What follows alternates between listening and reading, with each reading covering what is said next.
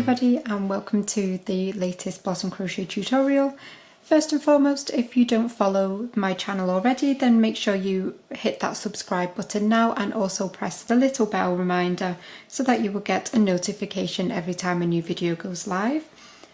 In this particular one, I'm going to be showing you how to make a beautiful multicoloured granny square blanket. So I'm going to be doing it so that it changes colour every single round.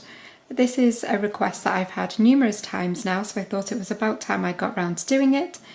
So in the tutorial we will be completing the first 3 rounds of this together, and then hopefully you'll be able to re-watch round 3 over and over again as many times as you need to make your square as big as you want it to be. You can obviously use it for tiny squares, or you can use them for bigger squares like these, or you can use it to make one absolutely huge granny square blanket. There is also a part in this tutorial where I show you what to do with your ends, so if you are a complete beginner, hopefully that section will be useful for you as well. It is a square where we will be turning every single round, and you can see that will help it to stay absolutely perfectly square for you. But I will leave all of the information regarding the yarn the particular shades that I'm using, just in case anybody wants to know. I will leave lots and lots of relevant information in that description box, so make sure you press that little arrow at the side to get all that extra info. So I'm literally just going to be using some odds and ends of Scheepjes Colour Crafter that I've got lying around, and obviously you will be using whatever colours you need to, but these are just some scraps, but I know people always like to know what it is that I'm using. So one thing that you are going to need to remember with this tutorial, if you are using this with my normal seamless granny square technique, then you won't be chaining anything in between your granny clusters. However, if you're wanting to use this granny square in conjunction with any of the pick and mix granny square series that's on my channel, then you will need to do a chain 1 in between your granny clusters. So in the tutorial I won't be doing the chain 1, but please remember, as I say, if you're doing this to use in conjunction with any of the squares from the pick and mix granny series, then you do need to chain 1 in between your granny clusters on the straight edge. So as always with a granny square, we're going to start with the slip knot on the hook. And you want to start with a chain 4, so yarn over and pull through. That's 1, 2, 3 and 4. We're then going to slip stitch into that very first chain to create a circle. So insert your hook through the first chain, yarn over and pull through both of those loops.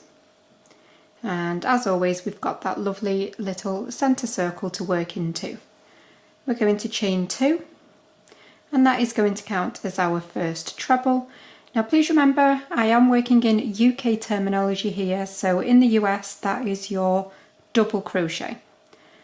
So we now want to do 2 UK treble crochets into that centre ring. So you want to yarn over, insert into that centre circle, yarn over and pull up. At this point you should have your 3 loops on the hook, yarn over, pull through the first 2 loops, yarn over, pull through the second 2 loops, and one more time, yarn over, insert back into that centre ring, yarn over and pull up. You have the 3 loops, yarn over, pull through 2, yarn over, pull through 2. So that is our first granny cluster.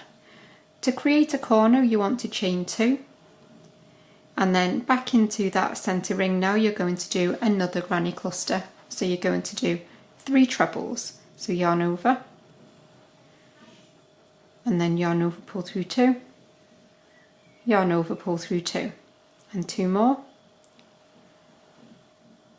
So all these stitches are worked into that centre ring.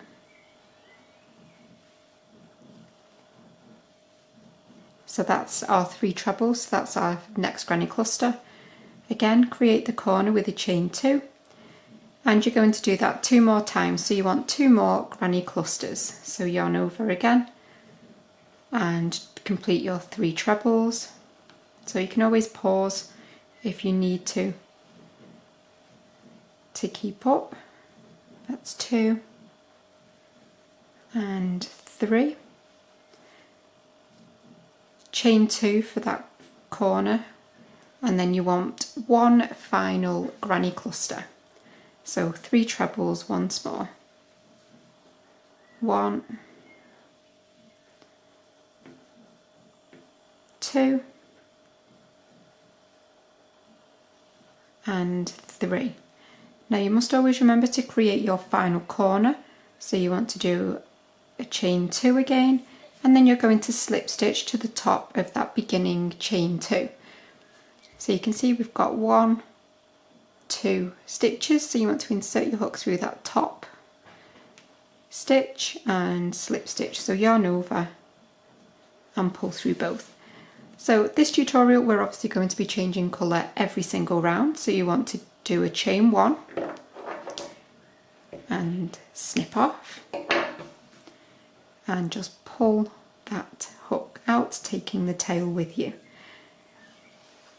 So at this point you will probably want to sew in your ends. It just makes it much easier for you when starting the next part. So that is our very beginning. So I'm going to bring along my new colour now, and you want to start with a slip knot on your hook,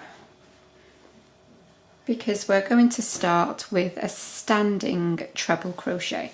So if you prefer, you can join your yarn in the corner and chain up, but I prefer when I'm joining yarn to use standing stitches. So this first one is facing me now as it was when I fastened off, but as with my granny squares, when I'm doing the seamless ones, I'm actually going to turn that around now, so I've got the back facing me, and that just, by turning each round, it just ensures that your square stays perfectly square basically. So I've turned that around. I'm just going to pop it down for a second, and to do a standing stitch you want to yarn over, because obviously we're doing a standing treble, so yarn over and just hold that with your fingers and bring back the square. I'm going to insert my hook through one of the corner spaces. I'm going to yarn over and pull up, and you can see there I've got 3 loops on my hook, and you'll do a treble as normal, so yarn over, pull through 2, yarn over and pull through 2. So you have got a proper treble there, we haven't got a chain. And we want to do 2 more trebles into this chain space, so yarn over, go back into that same chain space and do 2 more trebles. So 1 and 2. Now at this point, remember, as I said before, if you're doing this to combine with the 50/50 Granny Square series, then it's at this point that you would need to put your chain 1 in between your clusters. But however, I'm sticking with my ordinary granny, and I'm going to jump straight across to this next chain 2 corner space, and I'm going to do my 3 trebles. So 1, 2 and 3. We want to create the new corner by chaining 2, and then back into that very same chain space we're going to do another granny cluster, so another 3 trebles. So 1, 2 and 3. Again, jump across to your next corner space and do your 3 trebles. 2 and 3. Create your corner with a chain 2, and back in that chain space you'll do another granny cluster, so your 3 trebles, 2 and 3. And you've probably guessed we're going to just repeat that all the way around. So granny cluster,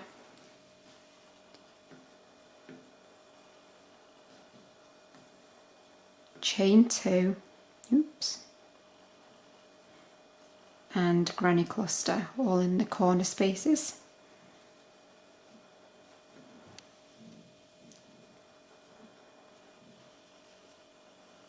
And I'm pretty much back where we started from now, so you can see we've got that colour where we started here, but we have only completed half of that corner at the moment, so we need to complete the other half. So you want to do a granny cluster. So 1, 2 and 3, and as always remember to do that final chain 2 to create that final corner, and then you're going to slip stitch into the top of that standing treble crochet that we did at the beginning of the round. However, if you attached and did a chain 2, then you'll just slip stitch to the top of the chain 2. So slip stitch, chain 1, snip off. I always think you're very brave if you're doing a multicoloured square granny square blanket, because the amount of ends that you get on these squares is quite impressive. So again, I'll just show you one final round now, and again you're going to start with a slip knot on your hook, and at this point again you want to turn your work around so that the back of the previous row is facing you. Again, this just helps to keep things nice and square. Yarn over, and we're going to insert our hook through, yarn over and pull up. Again, you've got 3 loops on your hook, yarn over, pull through 2, yarn over and pull through 2. So again we've got a standing treble, and in the exact same way as last time you'll do 2 more trebles into this corner space. So 1 and 2, and then we're going to go straight into this space between our granny clusters. So you can see we've got granny clusters either side here, and then that space there, and you want to do 1 granny cluster because this is our straight edge now. 2 and 3, and then you should be jumping across into your first corner space. So granny cluster,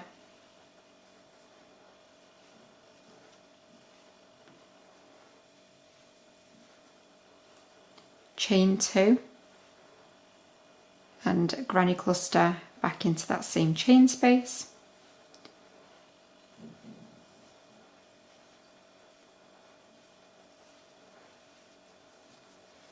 and again into the space between your granny clusters on the straight edge you'll do 1 granny cluster, 2 and 3 trebles, and then again you're at your corner. So granny cluster,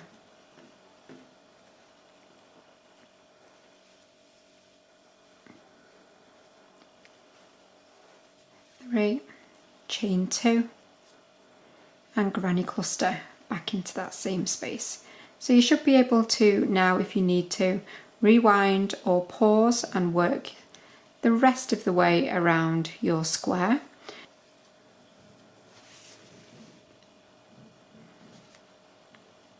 But I will meet you back now when I'm ready to join at the end of this round. But to be fair, I'll probably just stick with you because obviously I'm very near to completion on this one.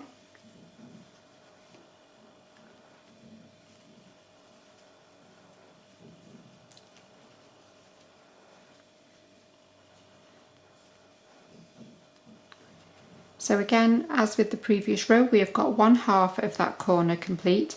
So we want to finish off with a granny cluster in that corner space.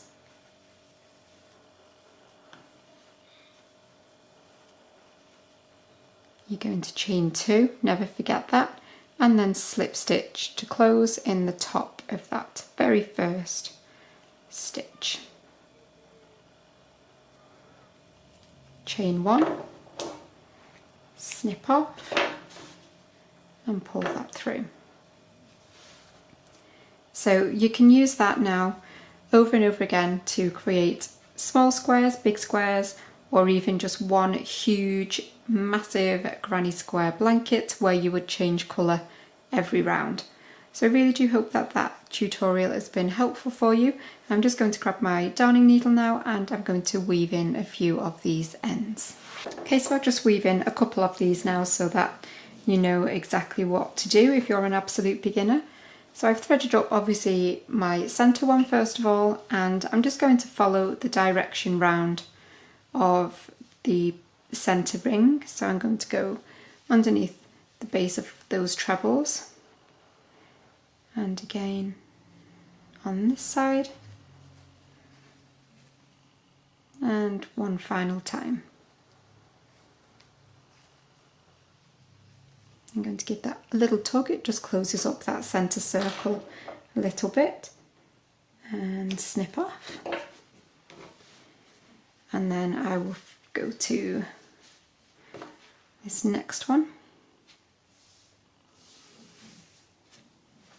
And when it comes to granny squares and things, I personally like to thread down the treble stitch and into the base of the trebles. So you might be able to see a little bit better on the next one that I do, because it will be on a different type of stitch, but I'm literally just going to thread that down again, and I'm going to go around this centre circle purely because obviously it's the same colour as what I started with,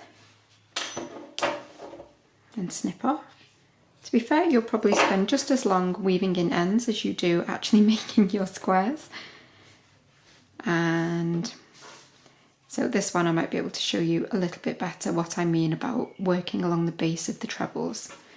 So I've attached for the mustardy barley colour, and I'm going to weave down through that treble where it's attached to. So I'm going to weave down that stitch first of all, and then I'm going to go along the base of the trebles in that colour, and then I'm going to turn it back around, and I'm going to catch slightly different parts of the stitch and work back along there and along the other half of that corner as well, and then I'll snip that one off.